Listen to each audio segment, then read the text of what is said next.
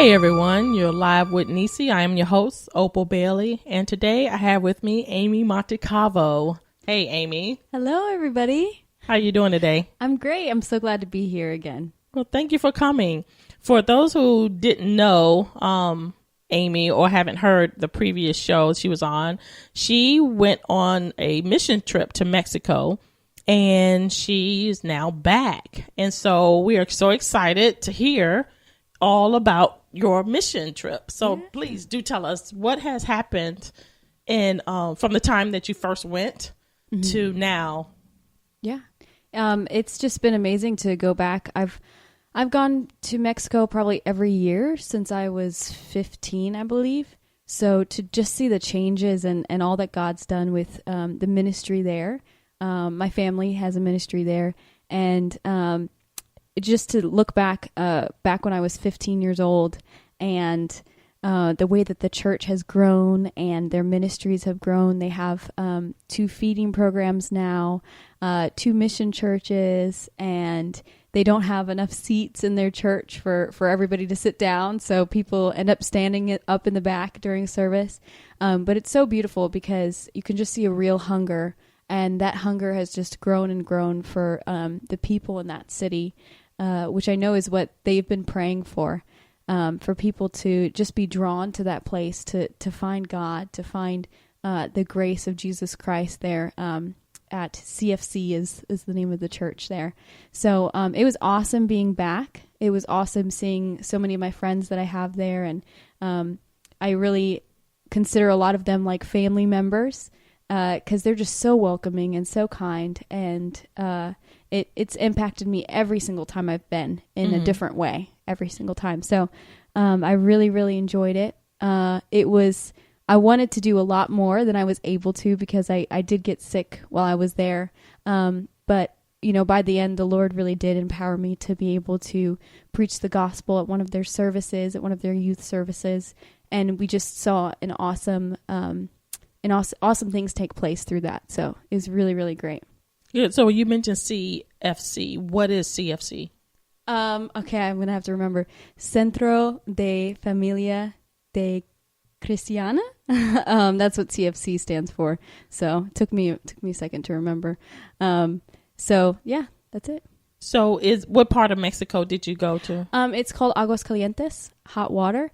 And it is right in central Mexico. So basically dead center of Mexico. So it's a beautiful, beautiful hilly place. The trip to get there, driving, there's so many gorgeous mountains, and you can see just a lot of different types of landscapes as you're going through, and it's amazing. It really is amazing. So I absolutely love it. So when you went there, how was the geographic, like the living living and how the families and stuff like that? I'm sure it's totally different from here. For sure. Yeah. It's interesting because you have so many different types of people within a 2-mile radius, and you'll have really, really, really poor area where, the roofs are made of cardboard. And then you'll have very, very rich area with beautiful, huge houses, and there's a big, beautiful mall within just a couple miles of these really poor areas and poor houses. So you see both, but something that's remarkable is that I've never really seen somebody who it seems like they're extremely needy, when at the church. At the church, it's like they're just so thankful. They're all so thankful. They have this feeling of gratitude. Everybody that I've come in contact with at the church. So it just makes me come home and remember the truth of the fact of what I have, in Jesus Christ, that's more than enough for me to be thankful, for me to have gratitude every single day. Because, if we look at it here in America, we do have far more than a lot of places on the earth, but God has given us more than enough to sustain us through, the poor times and the rich times, through the good and the bad, and that's more than enough for us. So can you say that the families are even closer? How's the family structure? Oh, yeah. I would definitely say the families are closer because it's more of a sense of, I don't know, I see it more like a team where it's not, just the father going out and having the job and making the money, but all of the children, help out at the house, and they're all helping, making tortillas and making tacos, and it's kind of like everybody's working together for a common goal. The older kids help raise the younger kids, which is something I've seen all around the world where I've been, and it's really a beautiful thing to see that it's a tight knit like team. It's really remarkable. So what are some of the challenges that you've seen there? Whether it's personally or let's see, I'm trying to think of what, a specific biggest challenge that I've seen with the community there. I think that a big challenge that they have is the fact that there's a lot of single mothers, a lot of single mothers. So that happens a lot where the mom just takes care of the children and the father is gone, and they they leave while the kids are at a young age, and that's been a really, really big challenge for the community there. There's a high percentage of people that are single mothers, and it's awesome to see what God's done with those people, because I even got to hear some testimonies while I was there of just how they trusted in God and how they didn't think they would be able to make enough money for their kid to even have their next meal, and how God provided out of nowhere, And so I think that's probably the most common thing that you see in that community. But it's awesome to see how God really always steps in to the roles that we need him to. So he steps in as that father that's needed for those children, So. So what, I'm very interested about what you just said when it comes to the single parenting. So what does the men do? I mean, of course they have the children, but then do they just leave and do they go find work, or they're just like, I'm out, I'm done, I'm finished? Yeah. For it to be such a high percentage of. It's more like, I'm out and done. That's it. Wow. Yeah. Yeah. Kind of crazy. Yeah. And so what do y'all do? How do y'all minister to these women? They have a lot of ministry specifically for women. They have a strong women's ministry, and a strong children's ministry. So they've actually just, redone all of their children's rooms. So, they actually made it so they could use another room that was for storage for an extra children's room, so they could just facilitate all of the kids and having a lot of people to take care of the kids, to teach the kids, and all that kind of stuff.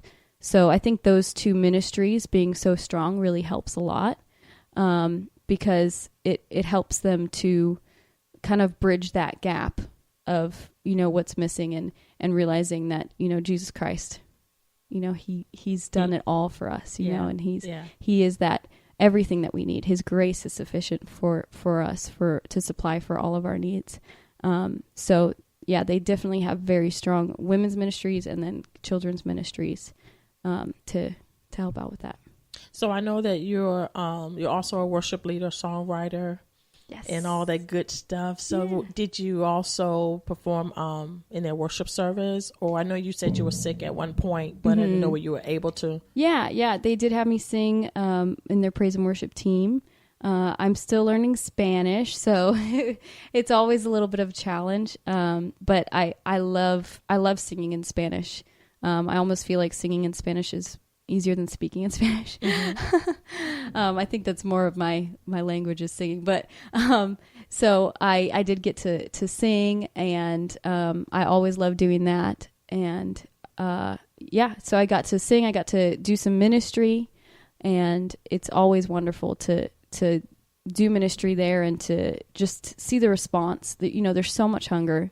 That's probably the biggest thing that I noticed, especially this time, is just how hungry everybody is for God. In their services, it doesn't take, sometimes in services like in the States, it'll take us, the first 3 worship songs to kind of get into the presence of God and to really kind of get a revelation of God's love and that kind of stuff. But for them, they enter in that first worship song. They enter in, and it's like, it's amazing to see how they worship and they worship and they cry and they shout and they, even just in that first song from the very beginning, they're just so hungry for that presence that they seek it, they seek it out, and then God always shows up. So why do you think is that way? From here in the States to where they are in Mexico, other than their need, but why do you feel that it's such a hard time, or it's such a hard moment to be able to get us to worship, Yeah, I think it has to do with the fact that they are really reliant on God. They really rely on God to supply the needs, and I've heard so many testimonies of them, praying for their kid that, they can't take them to the doctor because they don't have the money for the doctor. And then God heals them, so they're so reliant on God, and they've seen him show up so much that when they get into that time of worship, it's like they're full of things to thank him for, things to be grateful for, because that's their source, and I think that's somewhat what we miss here in the States, is that we don't fully rely on God to be our source. We don't look to him first, because we have the ability to look to other things and try on our own strength and try in many different ways to supply for our needs, but they don't really have that option as much. So I think that has to do with it. So I think also when you was in Mexico, you also had revelation regarding your music. Yes, definitely. So tell us about that. Yeah, well, it's such an awesome time. Every time I've been to Mexico, God always reveals things to me personally. I've had visions and words and dreams, and it was so cool this time to have that for my music, because I've been working on my music for about 2 years now. It's only been 2 years, and it's been such a dream of mine to record it and to finish it, to finish all the songs. So the Lord really provided for me what I needed to finish those songs. So he highlighted scriptures to me while I was in Mexico, and brought verses to me that kind of just went along with what I was trying to say in the songs, but I didn't necessarily know how to. So the word of God just kind of came alive to me when I was in Mexico to kind of finish those songs. So how did that process start? How did you get it going?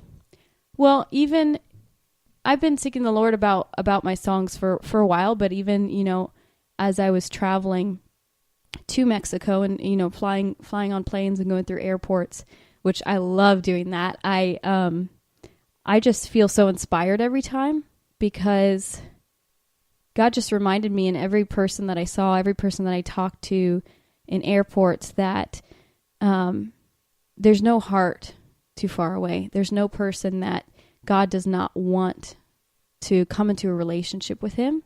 And that became such a huge revelation for me. Just every face that I saw them as God's children. I started to see a glimpse of how God sees us, which was my prayer. I started out, when I was on the planes, just praying, God, show me how you see people. Show me what to say to people. Show me how to show people the love that you truly have for them. So many people have built up walls against God, but they don't really know Jesus Christ, And so he began to just show me as I was traveling, I want that one. I want that person. I want that person. I want that person to come into a relationship with me. I want to capture that person's heart for me because I love them so much, So that just became a huge inspiration and really provided the lyrics I needed, finishing up the songs and the inspiration I needed. And I feel like it's kind of all come full circle now. So